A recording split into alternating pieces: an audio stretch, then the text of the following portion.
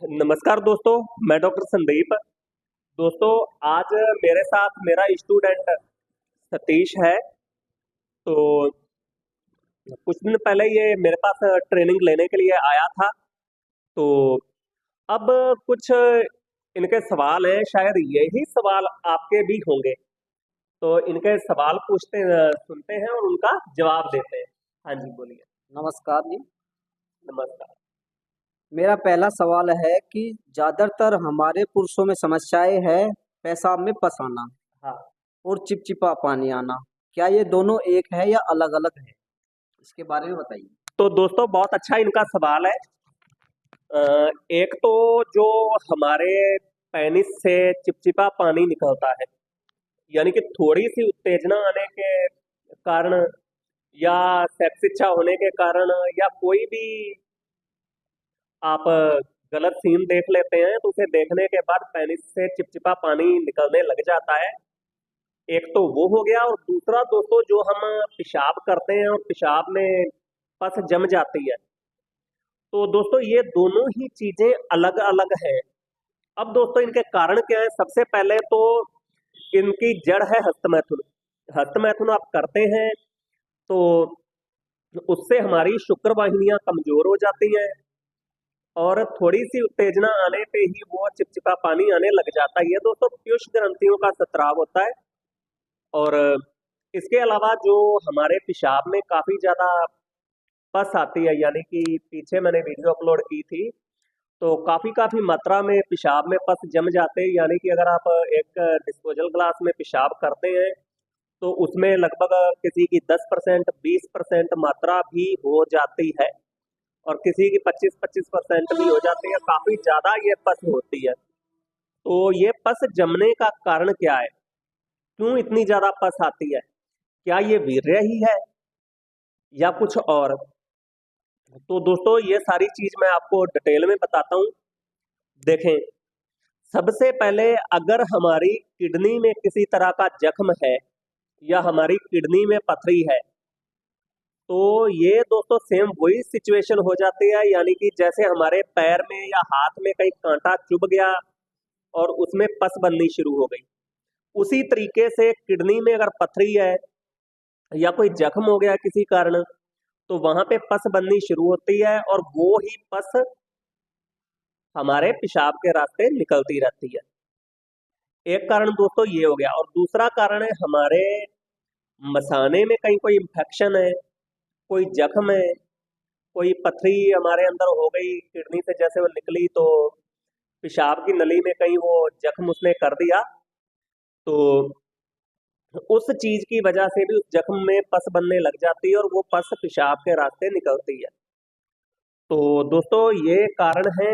और इसमें दोस्तों एक चीज मैं आपको यहाँ पे क्लियर कर दूं, अगर आपकी किडनी में कोई इंफेक्शन होता है या जख्म होता है या फोड़ा फिंसी हो जाता है या कोई किसी तरह की गांठ बन जाती है या पानी की गांठ बन जाती है या मांस की गांठ बन जाती है, तो उससे जो पस आती है उससे हमारे शरीर को बहुत ज्यादा कमजोरी होती है।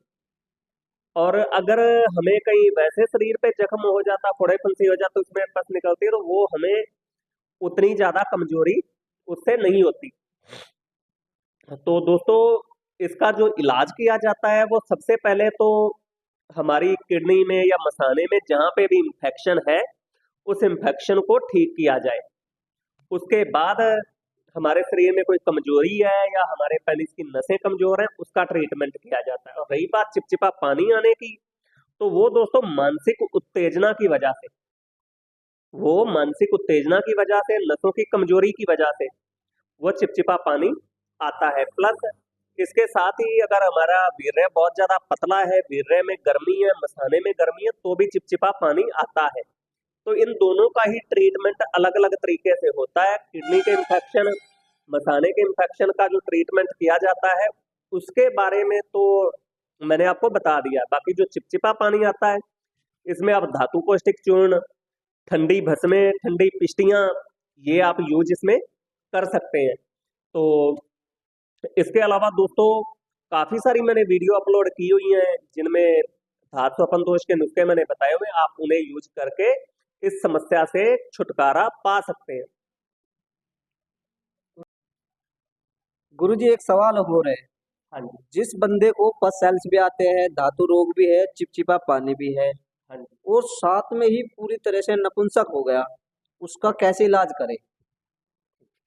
तो दोस्तों ये हमारे स्टूडेंट ने बहुत अच्छा सवाल किया है कि अगर हमें धातु अपन दोष की दिक्कत है, चिपचिपे पानी की दिक्कत है, पस्सेल आते हैं, तो उस कंडीशन में हमें नामर्दी भी है, तो उस मरीज का हमें इलाज किस तरीके से करना है।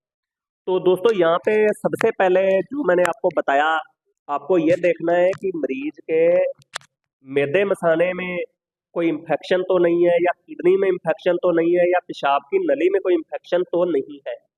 तो अगर ये चीजें होती हैं तो पहले इन चीजों का इलाज करना है। उसके बाद मरीज को वीर्य को गाढ़ा करने के लिए, वीर्य को शुद्ध करने के लिए, वीर्य के अंदर ठंडक पैदा करने के लिए, शुक्राणु बढ़ाने के लिए हमें ठंडी औषधियां देनी है। उसके बाद दोस्तों जब आप ये समस्या मरीज की ठीक कर देंगे, तो उसके बाद आपको उत्तेजक, सेक्स पावर बढ़ाने वाली और स्तंभन शक्ति पैदा करने वाली दवाइयां आप अपने मरीज को दे सकते हैं। और जो हमारे भाई बंधु, हमारे सब्सक्राइबर ये वीडियो देख रहे हैं, तो वो भी इस चीज को नोट कर लें। सबसे पहले आपके मैदे मसाने में, पेशाब की नली में, मूत्राशय में या किडनी में कोई इन्फेक्शन है, जख्म है, उसका ट्रीटमेंट करना है। उसके बाद आपको वीर्य को गाढ़ा करने के लिए, वीर्य को शुद्ध करने के लिए, वीर्य में शुक्राणु पैदा करने के लिए, वीर्य में ठंडक पैदा करने के लिए ट्रीटमेंट आपको लेना है। उसके बाद आपको उत्तेजक और स्तंभक दवाइयां लेनी है, जिससे उत्तेजना बढ़े, लिंग में तनाव आए, प्लस इसके साथ दोस्तों आपको किसी अच्छे से तिले का इस्तेमाल करना है, जिससे लिंग की नसों को ताकत मिले। और उसके बाद आपको अपनी स्तंभन शक्ति की दवाइयां खानी है, ताकि टाइमिंग बढ़ सके, तनाव अच्छा है, टाइमिंग अच्छी हो और शरीर में ताकत भी आए। तो बाकी दोस्तों और पूछते हैं, और कोई सवाल?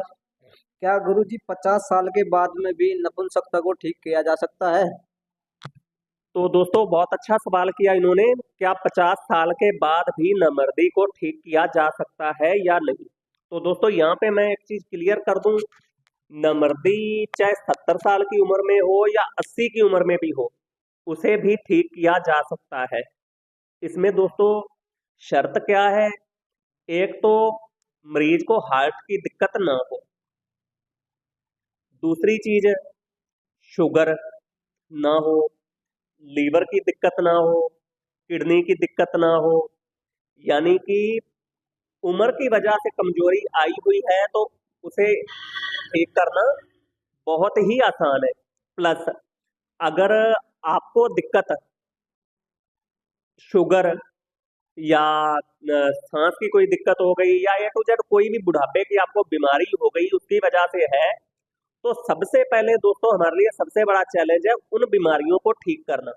अगर हार्ट की दिक्कत है तो हार्ट को ठीक करो, किडनी की दिक्कत है किडनी को ठीक करो, दमा है, सांस की दिक्कत है तो पहले उसे ठीक करो, उसके बाद सेक्स पावर की दवाइयां दो। तो दोस्तों बिल्कुल अगर कोई भी बुजुर्ग है 60 साल का और 70 साल का, अगर वो तंदुरुस्त है, स्वस्थ है, तो आप उसे अच्छी और पावरफुल औषधि दे के, अच्छी भस्में दे के उसे आप नपुंसकता से बचा सकते हो। गुरुजी एक सवाल हो रहा है। हमारे समाज में एक भ्रम है कि क्या पेनिस का साइज भी बढ़ाया जा सकता है? इसके बारे में बताइए कुछ। तो दोस्तों ये जो पेनिस के साइज का मैटर है, तो अगर 18-20 साल की उम्र में आप कोई अच्छा तिला यूज कर लेते हैं, कोई अच्छी क्रीम यूज कर लेते हैं, तो पेनिस के साइज को बढ़ाया जा सकता है। इसके अलावा अगर आपकी उम्र 25 साल, 30 साल, 40 साल तक है, तो पेनिस की मोटाई तो काफी हद तक बढ़ाई जा सकती है, मगर लंबाई बढ़ाना बहुत मुश्किल हो जाता है। हाँ, कुछ ऐसी चीजें हैं जिससे आप 40 की उम्र में भी पेनिस के साइज को बढ़ा सकते हैं, लंबाई को भी बढ़ा सकते हैं, मोटाई को भी बढ़ा सकते हैं, मगर वो चीजें बहुत ज्यादा दुर्लभ है, बहुत मुश्किल से मिलती हैं। और उनके बारे में दोस्तों हम यूट्यूब पे आपको क्लियर नहीं बता सकते, आप हमें व्हाट्सएप पे मैसेज कर लें, उन चीजों के बारे में आपको बता दिया जाएगा। ये आपके लिए बिल्कुल फ्री होने वाला, इसका कोई भी चार्ज नहीं लिया। तो दोस्तों आज के लिए इतना ही। आप हमारे YouTube चैनल संदीप आयुर्वेदा को सब्सक्राइब कर लें और हमारे फेसबुक पेज, इंस्टाग्राम पेज इन्हें भी फॉलो कर लें। और ये वीडियो अगर आप हमारी फेसबुक, यूट्यूब पे देख रहे हैं या इंस्टाग्राम पे देख रहे हैं तो हमारे साथ जुड़ें, हमारे चैनल को सब्सक्राइब करें। और बाकी दोस्तों और भी काफ़ी सारी बातें हैं, वो अगली वीडियो में करेंगे, वीडियो काफ़ी लंबी हो जाएगी। तो बाकी दोस्तों उम्मीद करता हूँ आपको मेरे द्वारा दी गई जानकारी अच्छी लगी होगी। धन्यवाद।